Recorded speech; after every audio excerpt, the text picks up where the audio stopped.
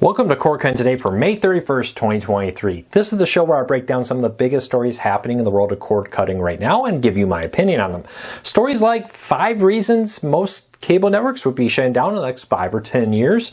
Warner Brothers Discovery wants to bundle their streaming services. Netflix could add millions of new subscribers and more. We're going to be breaking this all down and more here real soon. First though, hey, if you want to learn more about these stories and come up with your own opinions, check out the show notes down below, and in the first pinned comment I'll put a link to each story there so you can read about them for yourself.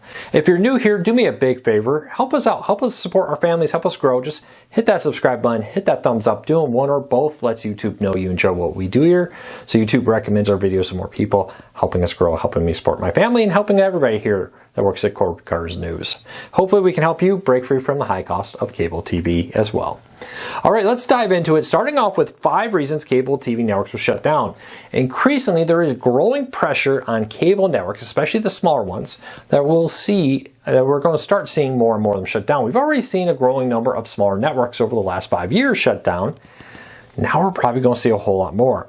And this includes things like viewers getting older. Increasingly, even for children's networks, the age range is aging rapidly.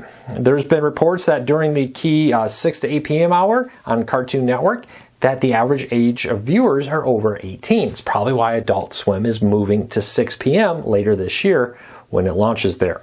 And that's not just a kids problem, it's across the board. It's an aging demographic here, which brings in advertisers or advertising problems with it.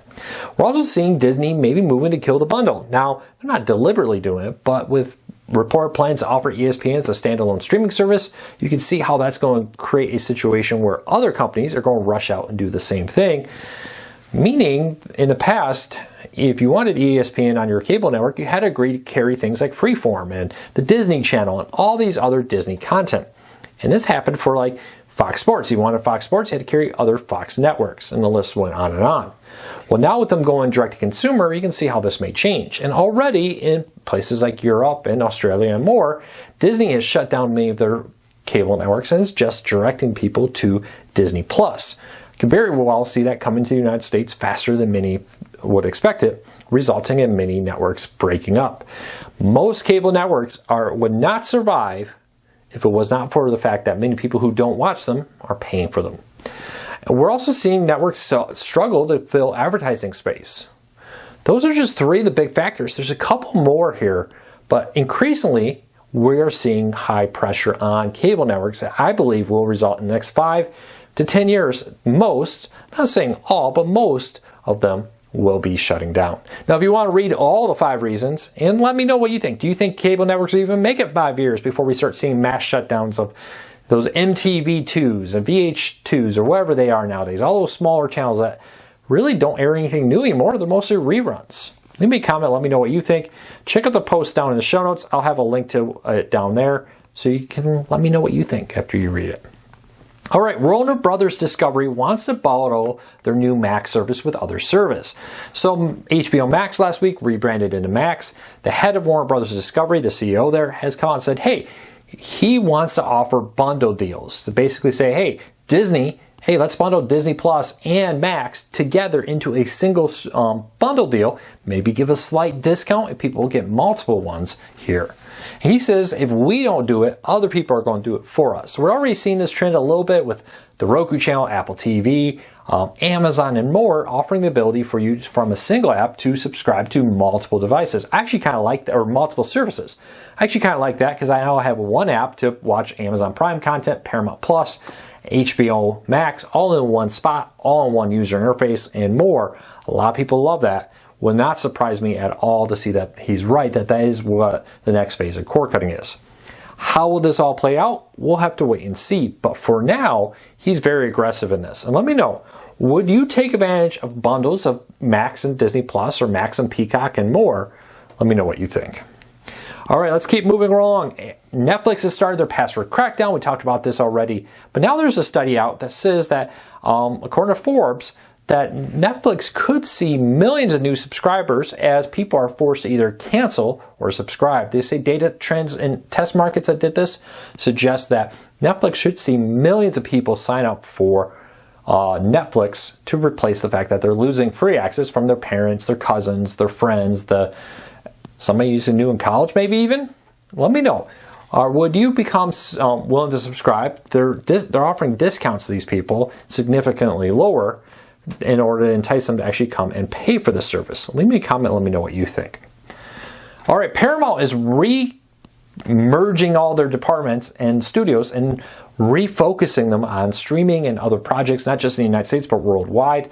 Paramount recently laid off about 20% of all of its TV brands, brought them all under a single studio, and is really pushing content cost cuttings. Now, they really believe that instead of having multiple different departments and multiple different people doing the same job at different networks, having one person oversee multiple networks now will help them save money. This comes as a growing number of cable companies are looking for ways to cut costs, and Paramount is not immune from that. Now, they really are mobilizing their business to focus on streaming, to focus on content, and more. We'll see. Does it surprise you that we're suddenly in 2023 seeing a massive move towards cost cutting? Paramount, Disney, and more are all doing it. I don't know. It'll be interesting to see what happens here.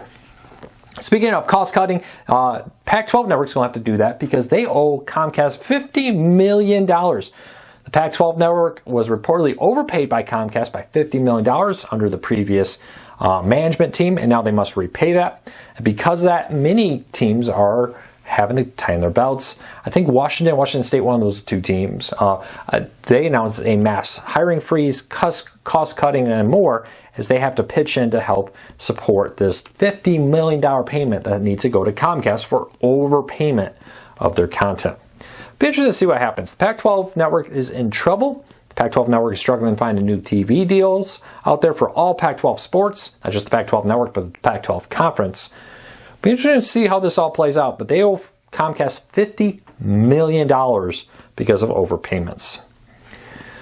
And lastly today, Amazon's launching a new immersive shopping experience. They really want to launch something called Amazon Anywhere, which provides an immersive shopping experience so gamers can buy clothing, decor, and other merchandise related to their favorite games. And they're going to be rolling out creative content in many different areas. It's one more way Amazon is not just trying to get you buy on the website, but buy through your TV, buy through your gaming system, and more. We see that heavily with Amazon Fire TV, like behind me, promoting a lot of content, not just for streaming services, but physical goods that you can buy right on your Fire TV and have shipped to your home.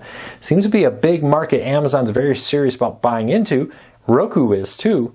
It's definitely going to be the future, I think, of a lot of these brands, is how do we get content to focus on making purchases on your TV become physical purchases that end up in your living room.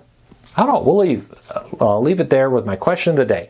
Would you be willing to do shopping on TV? If you see an ad and you can press a button, buy it instantly, and have it shipped to your home, would that be something you do or not? Leave me a comment, let me know. Well, that's it. I hope you all had a fantastic May. It's hard to believe today's the last day of May. Tomorrow's June 1st, and I'll be here again to break down everything happening in the world of cord cutting and more. Make sure to head over, though, to cordcuttersnews.com to find out more. Until then, take care, be safe, have a great day.